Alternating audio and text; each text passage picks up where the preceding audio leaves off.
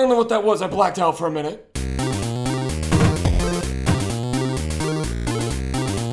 Hello everyone, and welcome back to that show that I once did, and then I stopped doing it for a while, but now I'm doing it again because it's E3 again, or at least it was. Time has passed. Today we're going to be looking back, now that the excitement has died down, at E3 2015. More specifically, Microsoft, Sony, and Nintendo's conferences. We'll be handling the developers probably in another episode. So let's get started. First up is Microsoft, and I'll admit, I was kind of meh about the entire thing. But now that I've gotten the chance to go back and look at it, it was a really solid conference. There were a lot of games announced, and more importantly, a lot of new stuff coming to the Xbox that's gonna make things a little better. Or actually a lot better in that matter. So let's talk about a few highlights from the conference, and I don't think I could start better than with backwards compatibility coming to the Xbox One, finally! This is a huge push for the Xbox considering all of the DRM fiasco from earlier.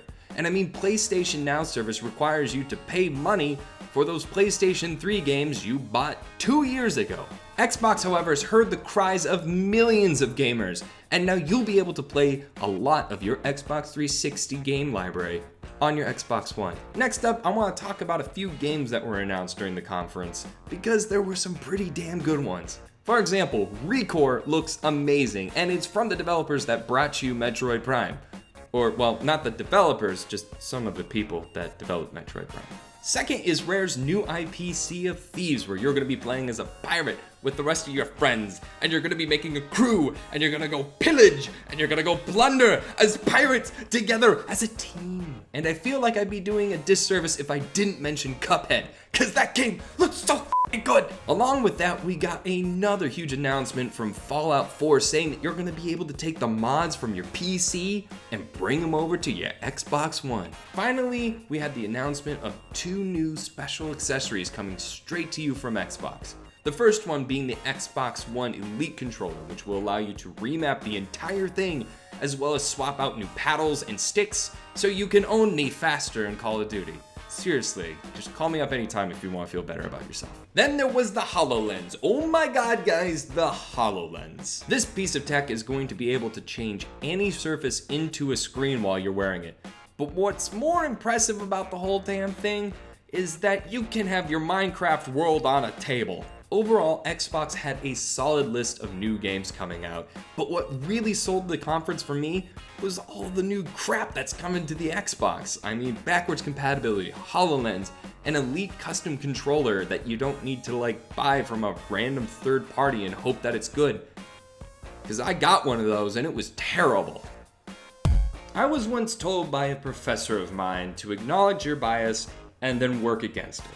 So with that in mind, I love me some PlayStation.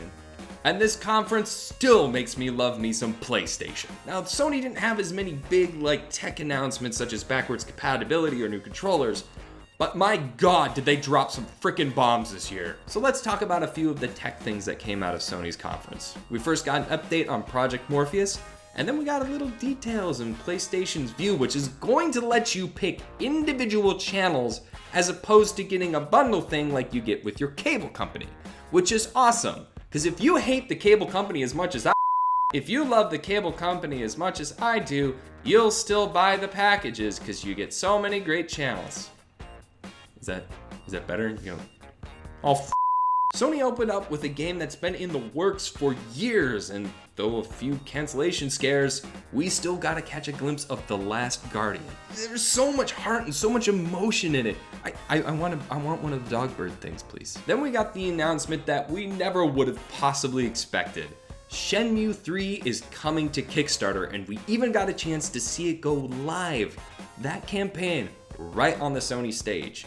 It's a game that fans have been waiting for a long time and didn't think it was gonna happen.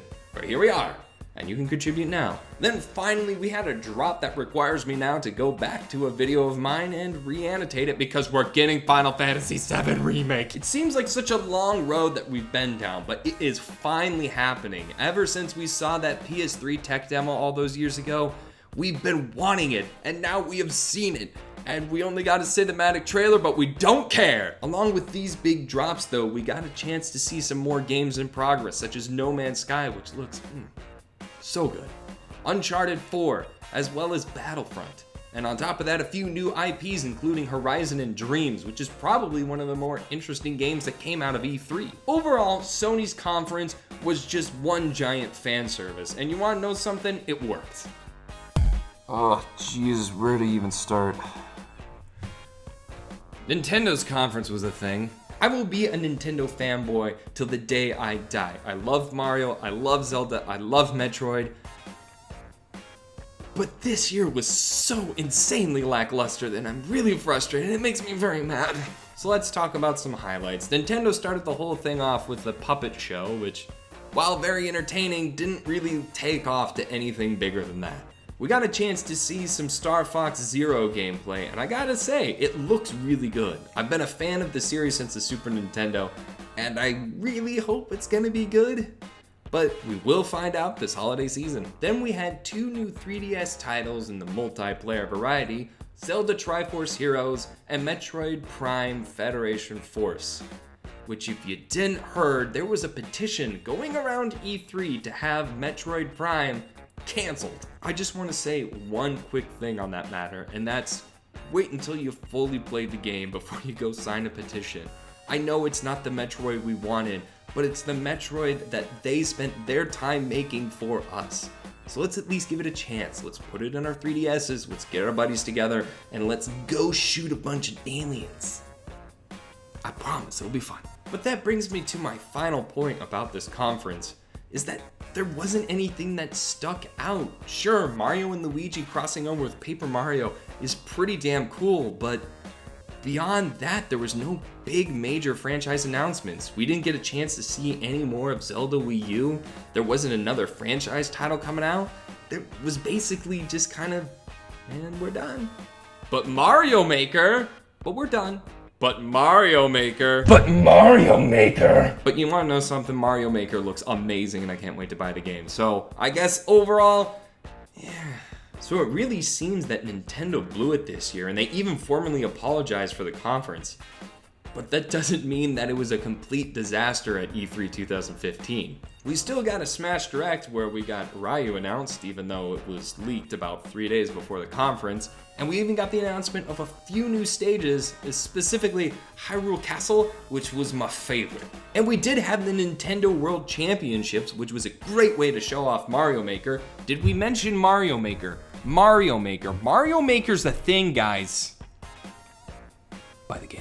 Either way though, Nintendo was kind of mad this year. And I don't know if it's because we put such high expectations for them, or they just don't quite get their audience anymore. Either way, something needs to change, because I worry about you, Nintendo. So those are the highlights from the big three. Now, I wasn't able to cover everything, so I highly encourage you to go check out some of the full conferences and make an opinion for yourself. Be an individual.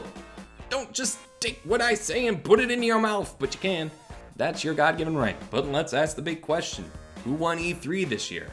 And to be honest, both Sony and Microsoft had insanely good conferences this year. It's just a matter of what you were looking for this E3. Were you looking for games? Then Sony's your winner, because my God, the games that they dropped. But if you're looking to improve your overall experience, then Microsoft's your winner, because that Elite controller looks pretty freaking sweet. So I guess the question becomes, who lost E3 this year? Nintendo. Nintendo did. But I am still gonna buy the out of Super Mario Maker. It looks so good! Thanks everyone for watching. If you enjoyed this video, don't forget to leave a like down below. You can become a Cybernaut today by clicking that subscribe button, and in the comments down below, who won E3 and why. And until next time, Seibert out.